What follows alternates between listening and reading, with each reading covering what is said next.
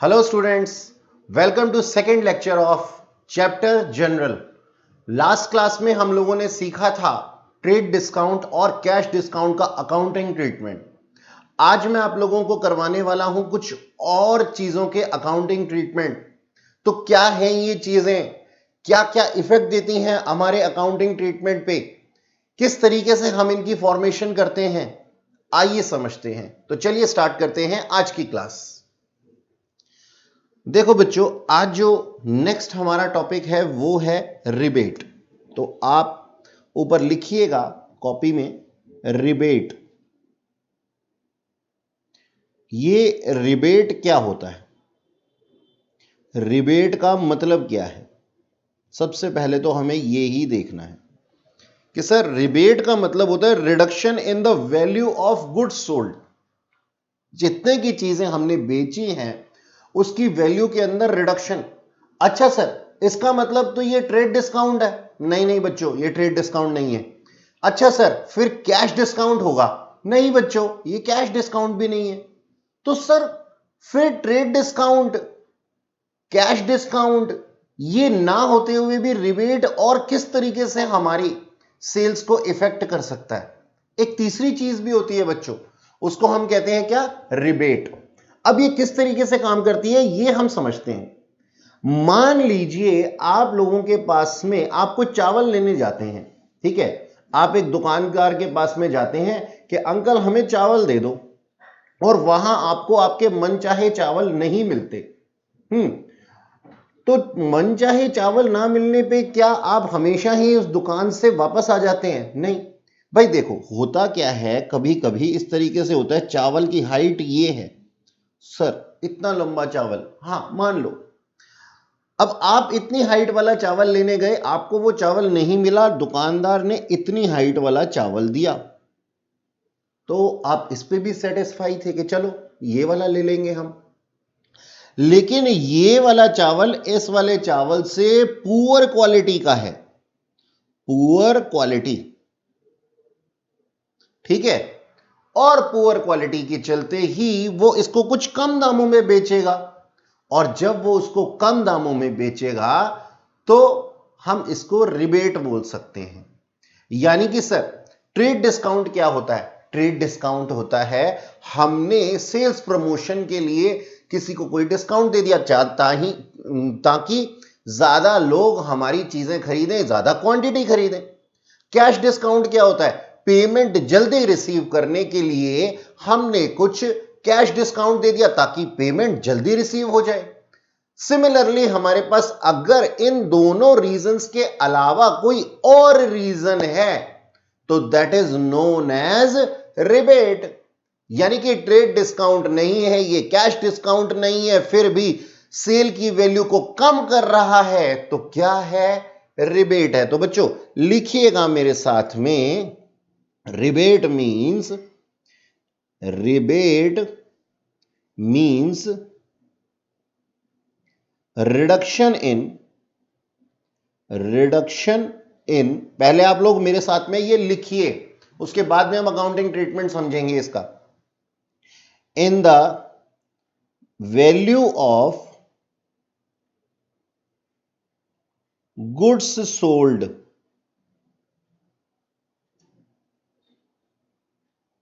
और ये अलाउ किसके द्वारा किया जाता है? Allowed by the seller for reason not similar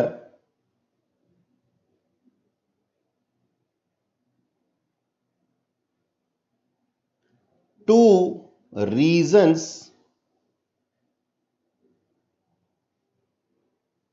for trade और कैश डिस्काउंट। यानी कि हम लोगों ने क्या लिखा? हम लोगों ने लिखा कि रिबेट का मतलब है, रिबेट का क्या मतलब है?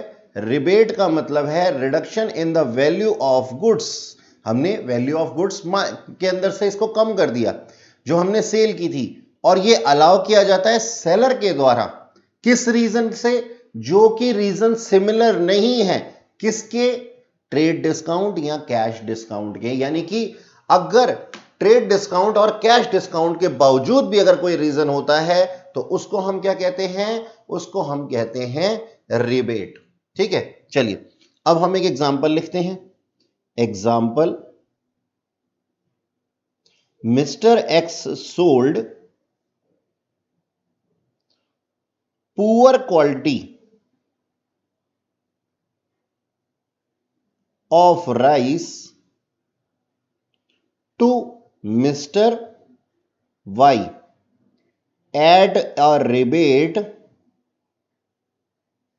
of rupees 5,000।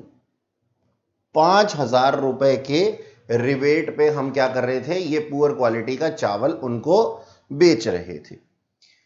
अब देखो जी, हम क्या कहते हैं? रिबेट का मतलब क्या होता है? रिबेट का मतलब होता है रिडक्शन इन प्राइस। तो ये रिबेट किसी के लिए क्या होगा? फायदा होगा। यानी कि मैं दुकानदार हूं मान लो, और मैं आपको कोई रिबेट देता हूं, तो ये मेरे लिए क्या है? नुकसान का सौदा है, और आपके लिए फायदे का सौदा है। ठीक है जी, कि आपको चावल सस्ते में मिल गए। तो बस अब इसी चीज को लिखते हैं और फिर इसका अकाउंटिंग ट्रीटमेंट आप लोगों को खुद ही समझ में आ जाएगा। नहीं नहीं, ऐसा नहीं है कि मैं समझाऊंगा नहीं, समझाऊंगा, ये चीज आपको हेल्प करेगी। तो बेटा मेरे साथ साथ लिखिएगा, रिबेट reduces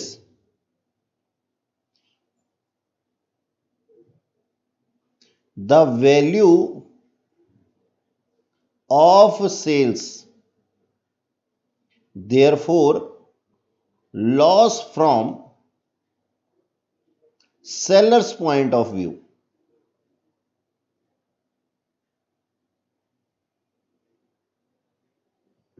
ठीक है जी, ये क्या है? सेलर के पॉइंट ऑफ व्यू से एक लॉस है। ऑन अदर हैंड, यानी कि दूसरी तरफ, ऑन अदर हैंड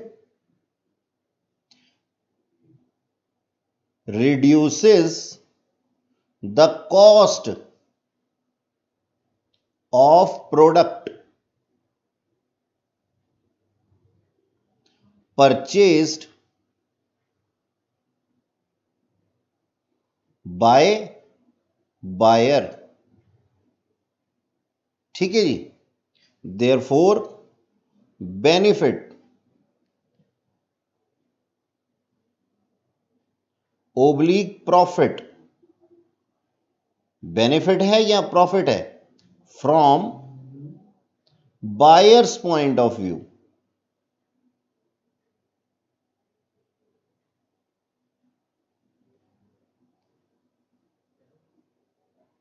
ठीक है जी, बायर्स के पॉइंट ऑफ व्यू से ये क्या है? एक बेनिफिट है कि उसको सस्ते में चीज मिल गई। ठीक है, अब देखो हम लोग क्या करेंगे, हम लोग क्या सीखेंगे? अब अकाउंटिंग रूल समझते हैं। अब इसका अकाउंट्स के अंदर क्या ट्रीटमेंट होगा?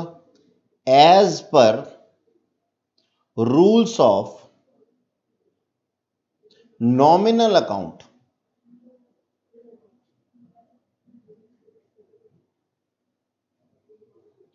Losses are debited. यानी कि अगर कोई पर्सन डिस्काउंट अलाउ कर रहा है तो उसके अकाउंट में ये क्या हो जाएगा? लॉस है, तो इसलिए ये डेबिट हो जाएगा। और दूसरी तरफ जो बायर है उसके पास में क्या है? ये एक रिबेट, एक प्रॉफिट है या बेनिफिट है। और प्रॉफिट्स क्या हो जाते हैं?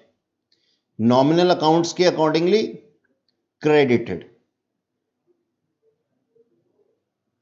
ठीक है जी, तो अगर कोई बायर है तो उसके बुक्स ऑफ अकाउंट में ये क्या हो जाएगा? क्रेडिट हो जाएगा। और अगर कोई सेलर है तो उसके पॉइंट ऑफ व्यू से उसके बुक्स ऑफ अकाउंट में ये क्या हो जाएगा? डेबिट हो जाएगा। चलिए अब एक एग्जांपल लेते हैं, एक फ्रेश पेज लेते हैं और उसके ऊपर लिखते हैं अपना एक एग्जांपल, फिर हम इसकी एक जर्नल एंट्री फॉर्म करेंगे। ठीक है, चलो देखो जी, एग्जांपल हमने लिया, रोहन अलाउड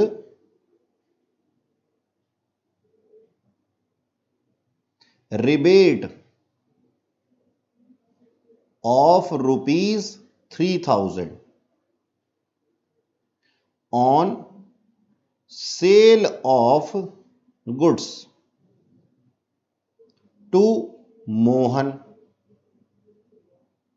यानी कि रोहन ने कुछ गुड्स सेल की मोहन को और उसने रिबेट दे दिया किसको? मोहन को। अच्छा जी, अब देखो रोहन के बुक्स ऑफ अकाउंट में entry in the books of Rohan, in the books of Rohan, Rohan के बुक्स ऑफ अकाउंट में क्या एंट्री होगी? चलो जी जल्दी से बता दो मेरे को। अब रिबेट उसने अलाउ किया था, यानी कि उसके बुक्स ऑफ अकाउंट में रिबेट क्या होने वाला है? डेबिट होने वाला है। क्यों? क्योंकि उसके लिए एक लॉस है, और अगर लॉस है तो क्या हो जाएगा? डेबिट हो जाएगा। ठीक है, तो rebate allowed account debit to, और अब मोहन की बुक्स ऑफ अकाउंट में किसका, रोहन की बुक्स ऑफ अकाउंट में किसका नाम आएगा? मोहन का, मोहन का। ठीक है जी, तो रिबेट दिया किसको गया है? मोहन को दिया गया है। ठीक है, और रिबेट क्या है? अपने आप में एक खर्चा है, लॉस है। तो अगर रिबेट अलाउड डेबिट होगा तो मोहन क्या हो जाएगा? क्रेडिट हो जाएगा। कितने रुपए से? 3000 रुपयों से। ठीक है जी। अच्छा, यहां पे एक नरेशन लिखेंगे, बीइंग रिबेट अलाउड टू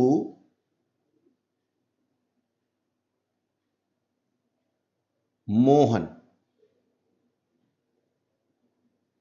अच्छा जी, अब in the books of Mohan क्या एंट्री होगी? In the books of Mohan. ठीक है, तो बिल्कुल रिवर्स एंट्री हो जाएगी। भाई जो रिबेट दे रहा था उसके लिए लॉस था, जो रिबेट ले रहा है उसके लिए क्या है? ये प्रॉफिट है, और प्रॉफिट क्या होते हैं? क्रेडिट होते हैं। तो हम क्या लिखेंगे? देखो टू साइड पे लिख देंगे। सबसे पहले हम टू साइड पे लिखेंगे, to rebate received account, received account, और डेबिट साइड पे क्या लिख देंगे? Rohan, Rohan debit to rebate receive account. कितने का? 3000 रुपए का। और एंट्री क्या लिख देंगे? Being rebate received from Rohan. ठीक है जी, तो इस तरीके से हमारे बुक्स ऑफ अकाउंट में, दोनों के बुक्स ऑफ अकाउंट में हमने एंट्री सीख ली। अच्छा जी, तो ये था हमारे पास में रिबेट। अब हम क्या करते हैं, इन चीजों के ऊपर हम क्या करेंगे? हम करेंगे एक इलिस्ट्रेशन। अच्छा, हम लोगों को ना लास्ट क्लास वाला भी रिवाइज हो जाएगा इस इलिस्ट्रेशन के द्वारा।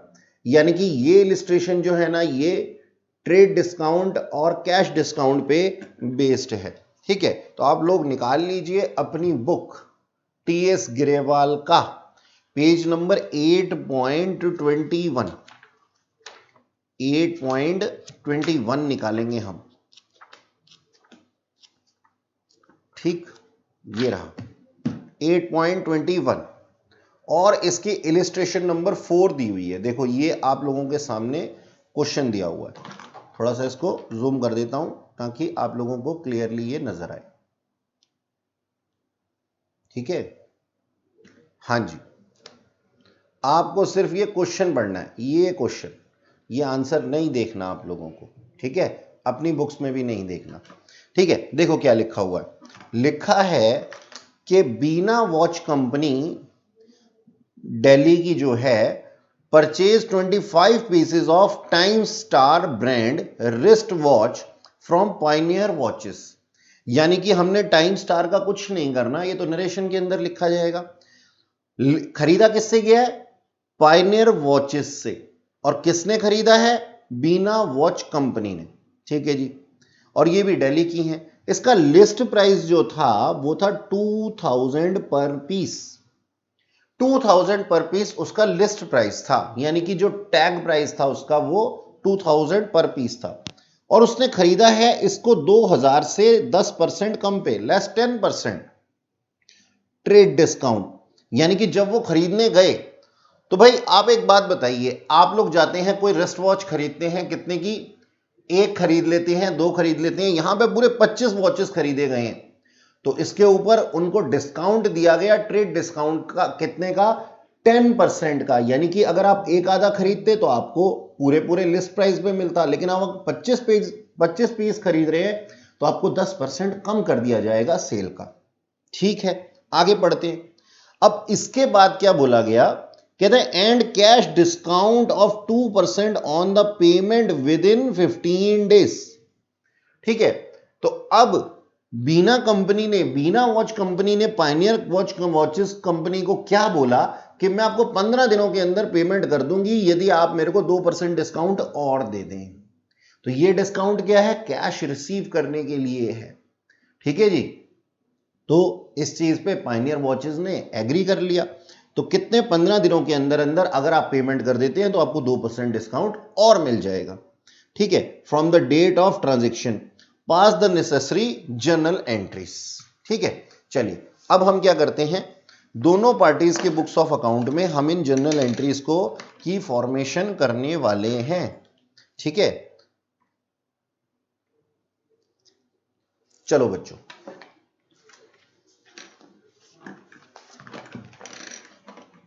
पेज पलटते हैं और शुरू हो जाते हैं। ठीक है,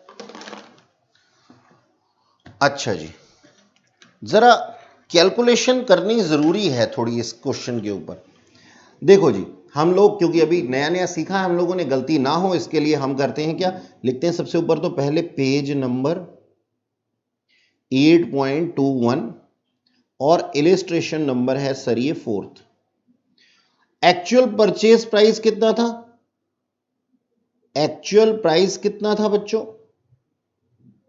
सर एक्चुअल प्राइस था 2000 रुपीज और 25 पीस खरीदने के 50,000 रुपीज की वैल्यू थी।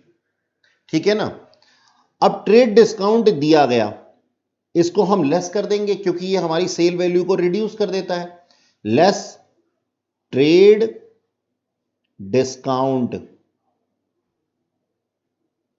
और ट्रेड डिस्काउंट कितना था बच्चों, 10% था, तो 10% ऑफ व्हाट, 10% ऑफ 50,000 रुपीज। के स्टैंड्स फॉर व्हाट, के स्टैंड्स फॉर 1000। ठीक, तो ये डिस्काउंट हमारा जो बन गया, कितने का बन गया, 10% 50,000 का, सर 5,000।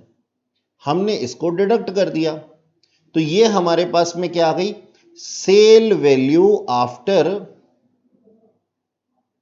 After trade discount. ठीक, ये आ गई 45,000। अब इमीडिएट पेमेंट करने के लिए 2% का डिस्काउंट और दिया गया है। ठीक है, तो इससे भी हमारी कैश इफेक्ट हो जाएगी, तो हम क्या दे देंगे, लेस कर देंगे, इसमें से और माइनस कर दो, यानी कि 45,000 पूरे नहीं मिले, 45,000 रुपए में से कैश डिस्काउंट भी हमें अपने कस्टमर को देना पड़ा।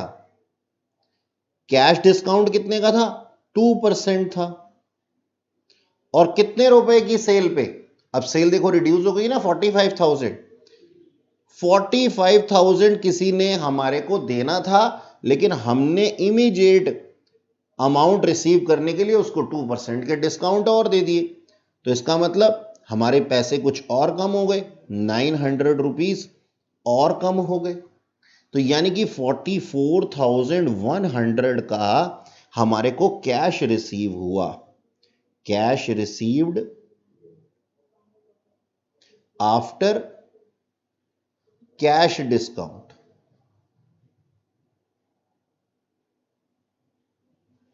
ठीक है जी, अच्छा अब देखो, ये जो सेल वैल्यू है ये मैंने रेड पेन ले लिया है हाथ में।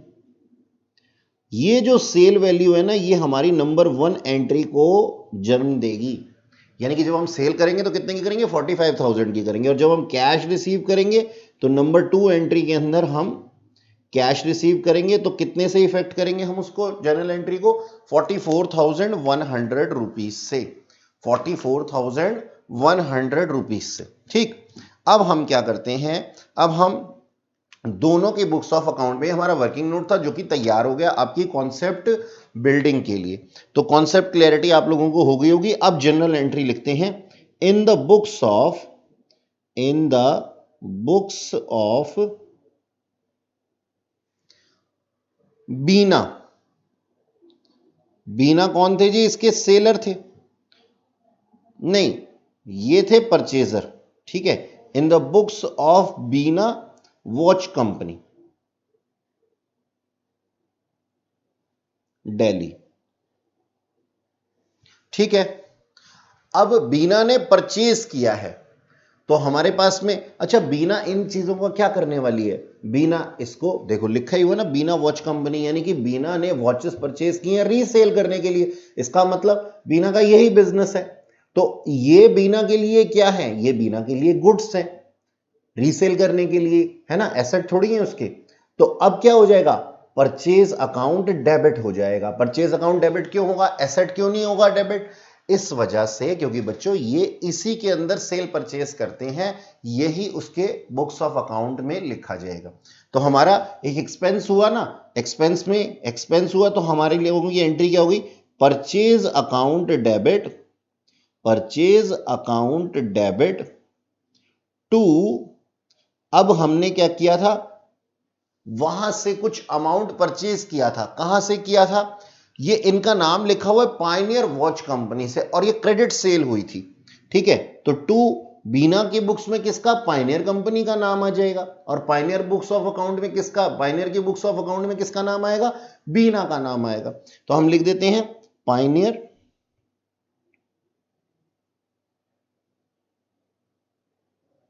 वॉचेस। ठीक है, अच्छा परचेज हुई कितने की थी, सेल या परचेज जो हुई थी सर, वो हुई थी कितने की, 45,000 रुपीज की। तो हमने ये 45,000 रुपीज लिख दिया, और यहां क्या लिख दिया, being goods purchase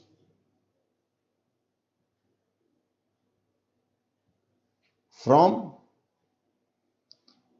P and company, लिख देता हूं मैं इसको, पी वॉचेस।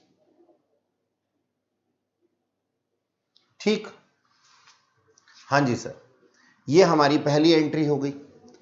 अब जब हमने उनको पेमेंट की तो कैश रिड्यूस हो गया होगा। ठीक है जी, कैश रिड्यूस हो गया होगा, और हमने कुछ कैश डिस्काउंट भी ले लिया। ठीक है, तो अब सोच करके देखो, बीना के पॉइंट ऑफ व्यू से कैश डिस्काउंट लेना, कैश डिस्काउंट उन्होंने रिसीव किया था, तो जब उन्होंने कैश डिस्काउंट रिसीव किया था तो उस चीज के लिए वो क्या होंगे, वो खुश होंगे, वो क्या कहेंगे, अरे ये तो बढ़िया हो गया, हमें बेनिफिट मिल गया।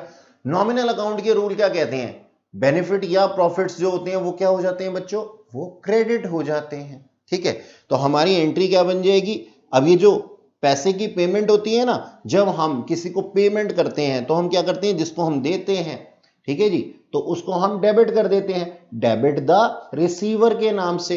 तो हमने क्या लिखा है यहां पे लिखा हमने पायनियर वॉचेस डेबिट, और एक लाइन छोड़ करके आप क्या लिखिएगा, यहां पे लिखिएगा टू कैश अकाउंट। ठीक है, अच्छा अब सोच करके देखो कि पायनियर को हमने देना कितना था, 45,000 देना था, जबकि हमने उनको दिया कितना, दिया हमने उनको 44,100, यानी कि हमारे पैसे बच गए ना। पैसे बचना किस चीज के लिए, प्रॉफिट्स है हमारा, तो प्रॉफिट्स है तो हम क्या लिख देंगे, टू कैश डिस्काउंट रिसीव्ड। ठीक है जी, कैश डिस्काउंट रिसीव्ड अकाउंट। ठीक है, कितने का कैश डिस्काउंट मिला? 900। अब देखो डेबिट में 45,000 और क्रेडिट में भी 45,000। ठीक है, अच्छा तो अब इसकी नरेशन लिख देते हैं। Being payment made to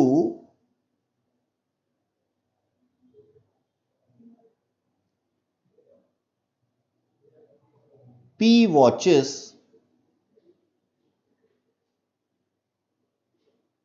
payment made to P watches after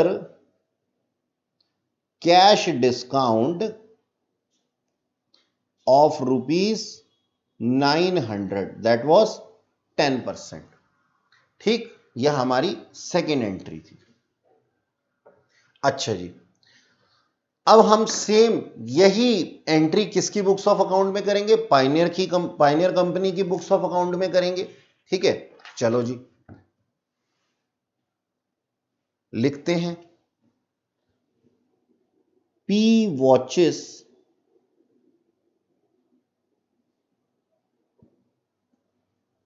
entries. ठीक है जी, या फिर आप ऐसे भी लिख सकते हैं entries in the books of account of P watches. चलो, अब इन लोगों ने सेल की थी। ठीक है, तो सेल क्या हो जाती है जी? सेल हमारी इनकम होती है और क्रेडिट हो जाती है। ठीक, तो हम क्या करेंगे जी? पी वॉचेस के बुक्स ऑफ अकाउंट में किसका नाम आएगा? बीना का नाम आएगा। ठीक है, और पर्सनल अकाउंट है हमारा, बी जो है, बीना जो है वो पर्सन है। पर्सनल से पर्सनल अकाउंट बनता है और पर्सनल अकाउंट के रूल क्या कहते हैं? Debit the receiver, credit the giver. तो रिसीव करने वाला है कौन? बीना। तो हम क्या लिखेंगे? Bina watches company debit to sales account. याद कीजिए उसकी पहली एंट्री में हमने परचेज किया था, तो यहां पे क्या है? ये इसके लिए सेल्स है। और कितने के लिए? 45,000 रुपीज के लिए।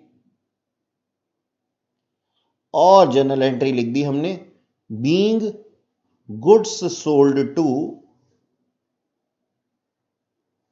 बीना वॉचेस। ठीक, अच्छा जी, ये तो सेल के टाइम पे entry.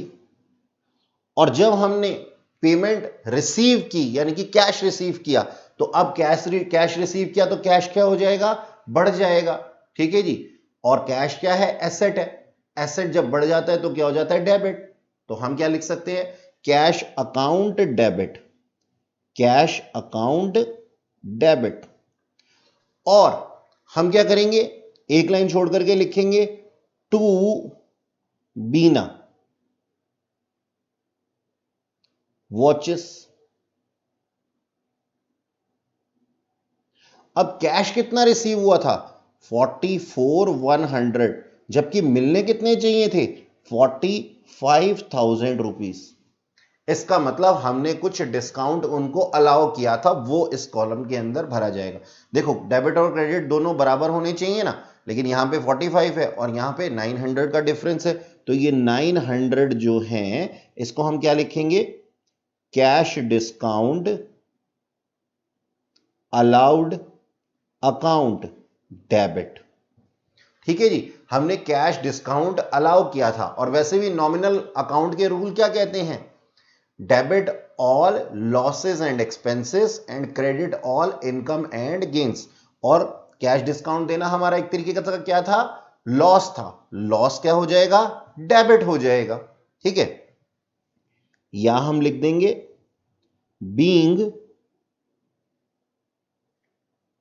Cash received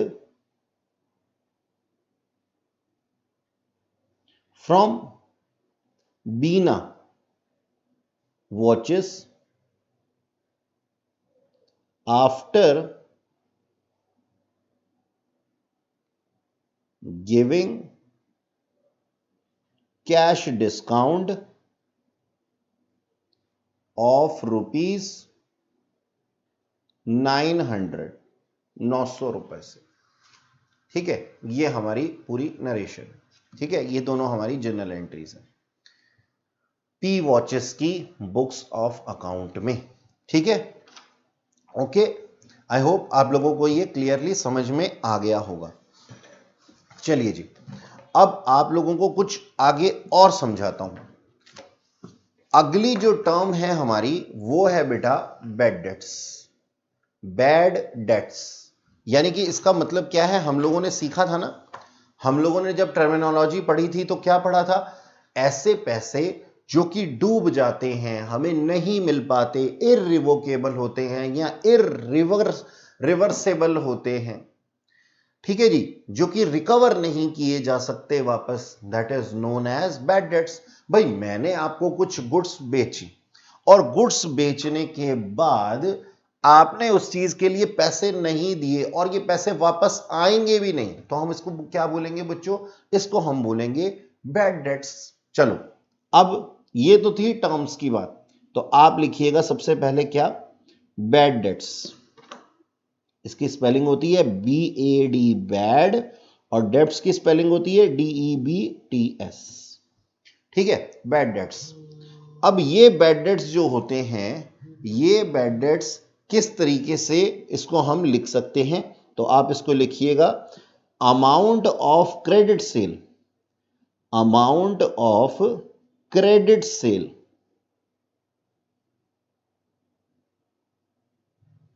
not recoverable या फिर revocable, then the amount is known as bad debts। ठीक है जी, then the amount is known as bad debts। अच्छा जी, अब बैड डेट्स का अकाउंटिंग ट्रीटमेंट क्या होता है ये हमें देखना है। ठीक है, तो इसमें दो सिचुएशन है बेटा। नंबर वन, फुल्ली इररिवोकेबल या इररिवर्सेबल या फिर इररिकवरेबल, कि पूरे का पूरा पैसा ही हमारा डूब गया। पहले तो मैं आप लोगों को एक बात बता दूं कि यहां पे मैंने क्या लिखा है, अमाउंट ऑफ क्रेडिट सेल्स, यानी कि बैड डेट्स नहीं हो सकते कैश सेल्स के अंदर। क्यों sir, bad debts cash sales के अंदर क्यों नहीं हो सकते बच्चों? इसलिए नहीं हो सकते क्योंकि कैश सेल्स के अंदर हम विश्वास ही नहीं करते। तो जब विश्वास नहीं करते तो विश्वासघात कैसे होगा? सोच करके देखो भाई, मैंने आप लोगों को ये पेन बेच दिया, ये पेन है मेरे हाथ में, ये पेन मैंने आपको बेच दिया और आपसे 50 रुपए ले लिए। तो जब मैंने आप लोगों के ऊपर विश्वास ही नहीं किया, जब मैंने आप लोगों के ऊपर विश्वास ही नहीं किया, तो आप विश्वासघात कैसे करेंगे? यानी कि पैसे डूब ही नहीं सकते जब पैसे मैंने पहले ही ले लिए। तो यहां पे मैंने क्या लिखा, क्रेडिट सेल्स, यानी कि क्रेडिट सेल्स होगी तभी बैड डेट्स होंगे। अच्छा, तो अब आगे चलते हैं। ये या तो पूरे के पूरे पैसे डूब जाएंगे या फिर partial, partly irrecoverable,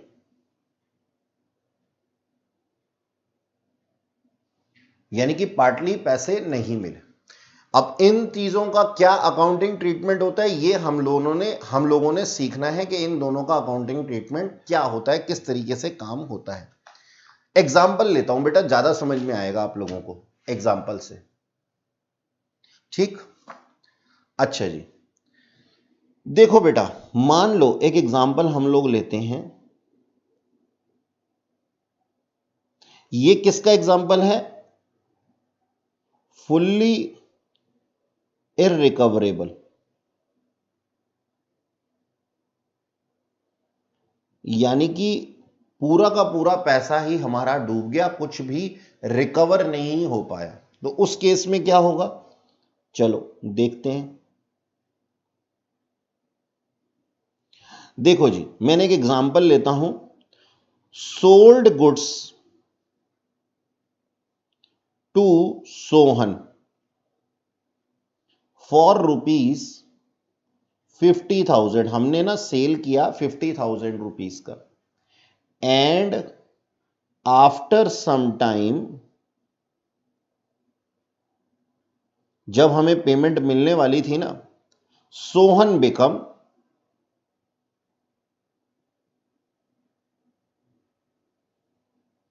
bank corrupt. Bank corrupt का मतलब क्या होता है? दिवालिया हो गया। ये कौन बन गया? ये नीरव मोदी बन गया। ठीक है जी, कहने का मतलब ये नीरव मोदी निकला, यानी कि बैंक करप्ट हो गया। अच्छा जी, चलो, तो अब मैं इसके आगे लिख देता हूं कि नथिंग रिकवर्ड फ्रॉम हिम, यानी कि उससे हमें कुछ भी नहीं मिला। तो इस सिचुएशन को हम क्या कहेंगे? हमारे पैसे डूब गए। कितने डूब गए? 50,000 रुपीज, 50,000 रुपए डूब गए। अब इसका इफेक्ट देखते हैं बेटा। पहले तो हम एक बैड डेट्स अकाउंट ओपन करेंगे, बैड डेट्स, और दूसरा इफेक्ट पड़ेगा किस पे? सोहन पे। यानी कि सोहन था ना एक पर्सन जिसके हमने बुक्स ऑफ अकाउंट क्रिएट किए हुए होंगे, सोहन पे क्या इफेक्ट पड़ेगा? तो ये दो पार्टीज हैं जो कि हमारे बुक्स ऑफ अकाउंट में इफेक्ट होंगे, जिसके बुक्स ऑफ अकाउंट में हमारे अकाउंट्स इफेक्ट होंगे। ठीक है, तो बैड डेट्स अपने आप में पैसा नहीं मिला तो क्या है बेटा? ये लॉस है। और लॉसेस कहां ट्रीट किए जाते हैं? सर, नॉमिनल अकाउंट में। और नॉमिनल अकाउंट के रूल्स क्या कहते हैं? Debit all expenses and losses and credit all incomes and gains. अब ये लॉसेस हैं तो क्या हो जाएंगे? डेबिट। इसके रूल क्या कहते हैं? Debit all losses. तो सिंपल सी बात है सर, ये तो क्या हो जाने वाला है? ये अकाउंट हमारा डेबिट हो जाने वाला है। अच्छा जी, वैसे तो सोच करके देखो, एक डेबिट हुआ तो दूसरा क्रेडिट ही होगा, आप ऐसे भी सोच सकते हैं, लेकिन अब पूरा लॉजिकल इसका रीजन देंगे हम। रोहन कौन है? एक पर्सन है। पर्सन के ऊपर पर्सनल अकाउंट के रूल चलते हैं, और पर्सनल अकाउंट के रूल क्या कहते हैं? Debit the receiver and credit the giver. ठीक है जी। अब देखो, इसको देना क्या चाहिए था? इसको देना चाहिए था हमें कैश, यानी कि अगर ये कैश हमें दे देता तो ये गिवर होता हमारा। ठीक है जी, तो क्या एंट्री बनती? Cash account debit to Sohan. लेकिन इसने कैश नहीं दिया, हमें धोखा दिया, तो कैश की जगह पे क्या आ गया? Bad debts. ठीक है, और सोहन अपनी जगह पे क्रेडिट साइड पे आएगा ही आएगा, क्रेडिट द गिवर। ठीक है, ओके। तो धोखेबाज था ये, और इसने हमारे को धोखा दिया। दिया क्या? धोखा। ठीक है, तो अब इसकी एंट्री क्या बनेगी? Therefore journal entry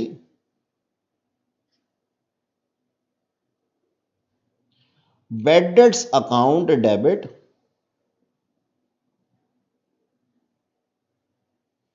to Sohan, और कितने के? 50,000 रुपए के। ठीक है जी, ओके। अब देखो जी, ये तो थी हमारी सिचुएशन वन, फुल्ली इररिवोकेबल की, कि भाई हमारे को कुछ भी पैसे नहीं मिले। मान लो पार्टली हमारे को कुछ पैसा नहीं मिला तो, ठीक है, तो अगली सिचुएशन कौन सी है देखते हैं बच्चों। पार्टली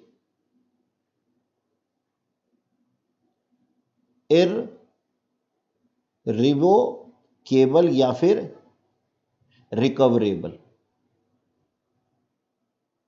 ठीक, ये सेकंड सिचुएशन बैड डेट्स की ही। ओके, अब इस सिचुएशन के अंदर क्या काम होगा? इस सिचुएशन के अंदर काम, एक एग्जांपल लेते हैं फिर से। मान लो हमने सेल की थी, सेल टू सोहन 50,000 की थी, और उसमें से ओनली 30% कैश रिसीव्ड। तो फिर क्या हुआ, इसका मतलब रिमेनिंग 70%, यानी कि 50 में से 30% कितना हो गया, 15,000। तो 35,000 क्या हो गए बेटा हमारे, बैड डेट्स हो गए। ठीक, अब यहां पे तीन चीजों के ऊपर इफेक्ट पड़ा, एक तो हमारे कैश पर, दूसरा बैड डेट्स पर, और तीसरा सोहन के अकाउंट पर। ठीक, चलो देखते हैं। कैश हमारा क्या है, कैश हमारा एसेट है। एसेट पे कौन से रूल काम करते हैं सर, रियल अकाउंट के रूल काम करते हैं। और रियल अकाउंट के रूल क्या कहते हैं, debit word comes in, credit word goes out. क्या कैश आ रहा है, हाँ सर आ तो रहा है, थोड़ा आ रहा है लेकिन आ तो रहा है ना, हाँ जी आ रहा है। तो 30% कैश रिसीव हुआ है, 15,000 का ही कैश आ रहा है सिर्फ। तो डेबिट वर्ड कम्स इन के रूल लग जाएंगे, डेबिट वर्ड कम्स इन, यानी कि कैश क्या हो जाएगा, कैश सर डेबिट हो जाएगा। अच्छा, bad debts, bad debts losses होते हैं। लॉसेस कहां ट्रीट किए जाते हैं, नॉमिनल अकाउंट में। ठीक है, और नॉमिनल अकाउंट के रूल क्या कहते हैं, debit all losses and expenses and credit all profits and gains. तो यहां पे क्या हो जाएगा जी, डेबिट ऑल लॉसेस। अच्छा जी, सोहन, सोहन कौन है, पर्सन है। पर्सन पे पर्सनल अकाउंट के रूल चलते हैं, है ना। और सोहन क्या था, हमारा गिवर था। पर्सनल अकाउंट के रूल क्या है, debit the receiver, credit the giver. तो यहां पे हम क्या कर देंगे, क्रेडिट द गिवर। तो देखो अब इस हिसाब से कैश डेबिट हो जाएगा, बैड डेट्स डेबिट हो जाएंगे, और क्रेडिट क्या हो जाएगा, सोहन। ठीक, चलो जी, अब इस चीज को, इस जर्नल एंट्री को हम लिख देते हैं क्या, cash account debit, bad debts account debit to Sohan. Sohan को हमें 50,000 देने चाहिए थे, लेकिन उसने दिए केवल 15,000, यानी कि 35,000 उसने हमारे डुबो दिए। ठीक है, इसकी नरेशन लिख देते हैं, being cash received and bad dates